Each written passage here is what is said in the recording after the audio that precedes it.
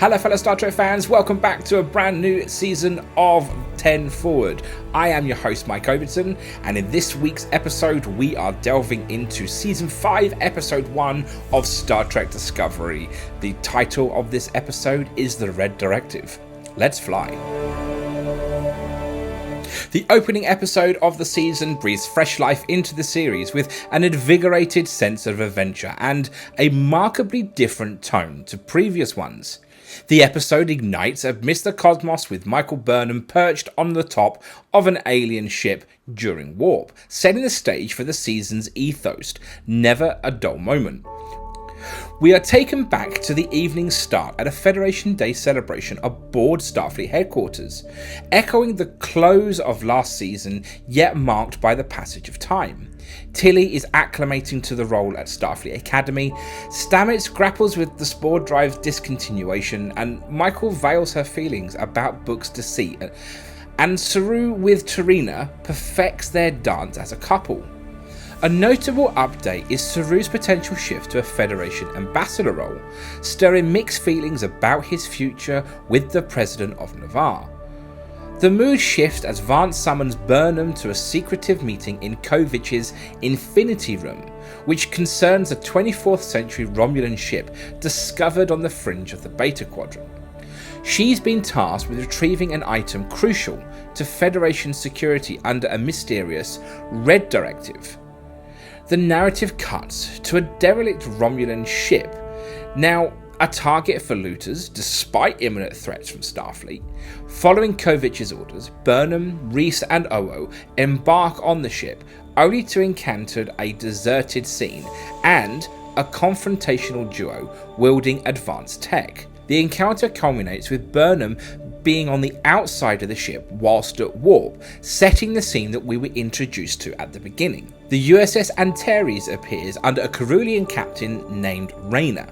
Now, Captain Rayner's entrance here complicates the situation, risking all the lives involved until a tactical retreat by the thieves, aided by deceptive warp signatures, forces a new plan of action. Now, Michael hints at a crucial contact for the mission. It's Book. Their reunion, strictly professional due to Book's status as a convict, pivots to a focus on the thieves, now identified as former couriers turned opportunists.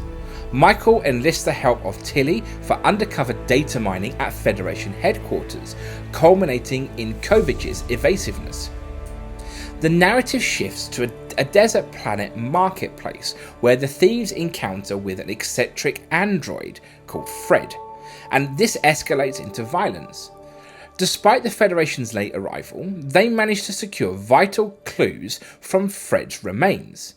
And back at the Academy, Tilly's illicit research uncovers a cryptic message linked to an ancient technology of paramount importance. As the hunt moves into the desert, with strategy and survival at stake, the episode underscores the thematic core of teamwork, sacrifice, and concluding with a grand effort to avert disaster, embodying Starfleet's ethos of protecting the innocent.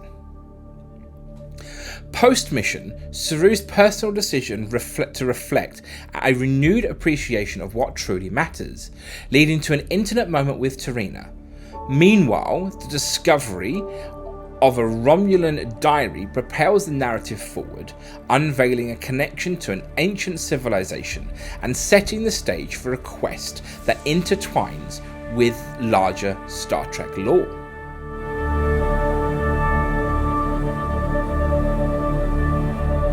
All in all, this is a great episode. I love it. To be honest, I liked about 90% of it. I'm so glad that Tilly is back. I'm so glad that we get some new characters in the way of Rayner.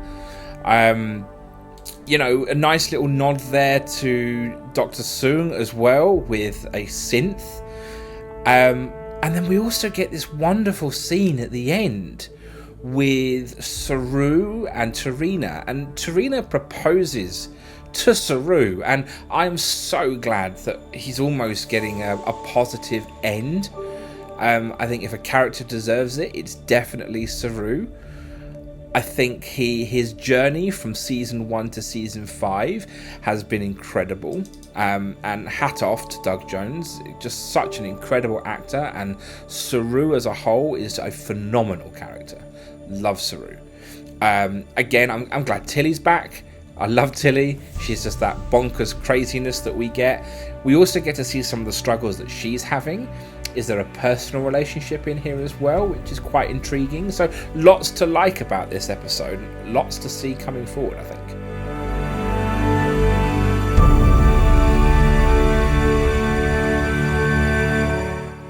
Now, that being said, it's not all sunshines and rainbows. There were some really... It's not necessarily bad bits with the writing, it's bad bits on the production side. The scene with Burnham on top of the alien spaceship doesn't look right. There's something about it where you can tell that it was shot on the VR wall. And same again for the desert scenes. At the end of the desert scenes, there's massive avalanche, loads of dust and rocks. You've got these scooter things. Looks really, really good. And then you get to the end of it where they're kind of like recapping and catching up. And it just looks so fake. And I don't know what it is, whether it's the lighting or whether it's just the background's not right. It just looks really, really fake. And to me, look, I mean, I'm a tech nerd, as everyone knows. For me, that kind of spoils what is really a fantastic episode. Just a couple of really bad production bits. But then you have these, the space scenes, which are all absolutely superb. You've got the whole scenes with the dirt bikes, again, absolutely superb. And then it just seems to be ruined by a couple of really small points, which I think is such a shame, especially as the fact that this is the last season. I think it's going to be heavily critiqued, but that's just me. I don't know.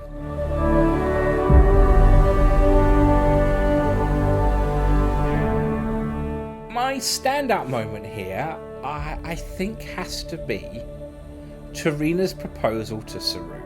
I love this scene. It's so emotional.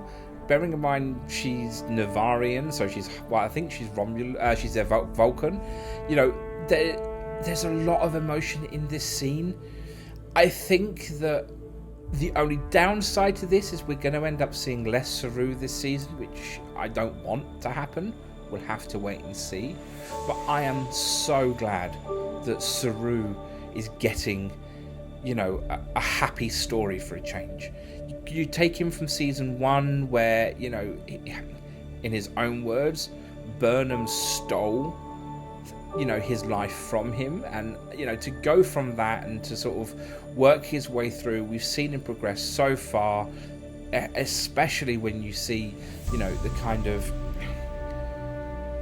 I want to say, mentoring that he gives Burnham, I think is just absolutely incredible. And I am so happy that he's getting this kind of positive end to the story. I can't wait to see how this plays out.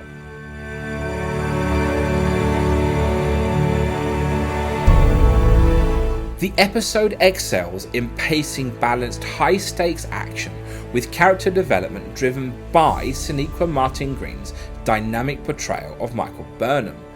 It embraces an adventurous spirit reminiscent of classic exploratory tales, whilst embedding itself within the rich tapestry of Star Trek's universe.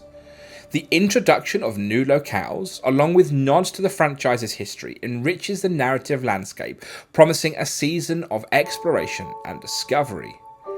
Character dynamics, especially those redefined by absence and consequence, add depth, as does the introduction of nuanced adversaries, signalling a departure from the conventional villain archetypes. The narrative skillfully integrates themes of change, adaptation, and the enduring spirit of exploration, setting a promising trajectory for the season's unfolding adventure. I can't wait to see what the rest of the season holds, and I hope you'll give us... I can't wait to see what the rest of season 5 I can't wait for the rest of season 5. I think this one is probably going to be a good one, but we'll have to wait and see. Thanks for tuning into this week's episode of 10 Forward, brought to you as part of the Clone Star podcast. Remember, if you'd like to catch up with more Clone Star podcasts, make sure you check out our YouTube channel or our website, clonestarpod.com, for amazing fan art and blogs written by you, our fans. Until next time, live long and prosper.